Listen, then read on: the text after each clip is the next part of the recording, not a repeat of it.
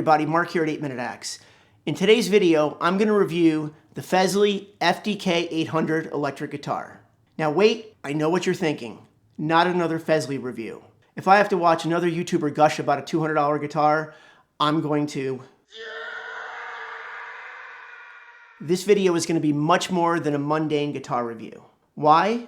Because I'm going to address questions that you really want answered. Like, who is this guitar really made for? And what specs, if any, really matter when determining whether or not you should buy it? Just how important is the name on the headstock? And are you just plain shallow if you care about what's on the headstock? How does this guitar stack up against that guitar hanging on the wall, which just happens to cost exactly 10 times as much as this one? Is it really 10 times better? What about the all-important online review? How accurate and reliable are they really? And do they line up with my experience? Now, I've been playing this guitar for about 2 weeks, and I am going to go over how it feels, plays, and sounds. After all, what good is a guitar review without a good demo? Have you checked out the Rock Lock? It's the first universal quick change strap lock that's compatible with the original hardware of just about every guitar. It requires no tools, affixes to just about every strap, and literally clicks on and off this easy. Now, I'm not a spokesperson for the Rock Lock. I am the inventor. Picking one up is a great way to support the channel. Details on how to get one are in the description. Let's jump right into it with this. Is that American-made PRS that retails for $2,400 actually 10 times better than the Fesley, which retails for $240? Of course not. What does 10 times better even look like? Hell, it would have to be able to play itself. I don't think any guitar can be 10 times better than another guitar unless it's missing strings or whatever. And let's face it, comparing a $2,000 guitar with a $200 guitar is kind of silly. And if you're talking about value, it's really hard for any electric guitar over $2,000 to be considered a value. In my opinion, the sweet spot is around $1,000. You can pretty much get state-of-the-art everything for about $1,000, sometimes even less. Now, is the Fesley a good value? Absolutely. As far as entry-level guitars go, I would put this near or at the very top. So let's take a look at it. There aren't a lot of detailed specs on the Fesley website. The body is poplar, the neck is maple, the tuners are 18:1 gear ratio closed tuners, but it does have a tremolo system, a AAA flamed maple veneer top. The binding is done nicely. It's very comfortable to play. It's a 15 or 16 inch neck radius. The back of the neck is like a satin finish. It's really nice, really smooth, really fast. I saved the best for last, these pickups. So these are Alnico pickups. We've got a single coil in the neck in middle position and a humbucker in the bridge. Overall, the guitar is well made. So what is the target audience for this guitar? Who is this guitar for? Without a doubt, beginners. Now, I know the pandemic brought out the inner guitarist in many millions of people, so I would say this guitar is made for beginners and for advanced beginners maybe making their first upgrade. Beyond that, I don't know. As good as it is, I really don't have a need for an entry-level guitar. I do want to mention one thing. Mine came with pretty sharp fret edges. Now, that's not a deal breaker for me, but I think for a beginner, the most important attribute is that it should be very playable, set up properly, and sound good right out of the box. So let's rock out a little bit because that's where it shines the most, plugged in and played.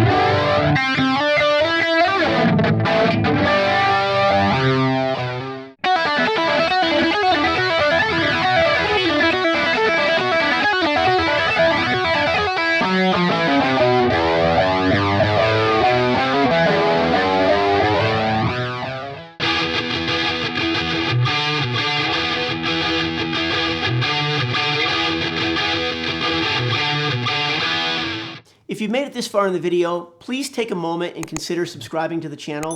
A small gesture on your part makes a big difference on my end, and I sincerely appreciate it. Here's a good one. Does it matter what's on a guitar's headstock? And if you buy a guitar partly because of what's on the headstock, does that make you shallow or morally reprehensible? Nope. Every good and service on the planet has different levels of quality, and brands spend millions of dollars to promote their brand. If I drive a McLaren, does that make me bad? Badass, maybe.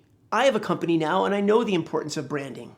It's fine to care about what's on the headstock. Just try not to let it influence your opinion of how a guitar plays, feels, or sounds. Let's dig into some reviews now and see if they line up with my experience. I got my phone right here. This one says, I've owned $6,000 guitars and I've owned $100 guitars. I've got to wonder, if the person owns a $6,000 guitar, what transpired to bring them to buying a $200 guitar? It's not a criticism of Fesley, it just seems unlikely. That review is probably a bunch of crap. This one says, the bones are good, but mine required a bit of work. The guitar looks great, the fit and finish are great. The only thing I noticed that needed work was the fret ends being sharp due to fret sprout. Yes. Don't believe the YouTube videos. Ha!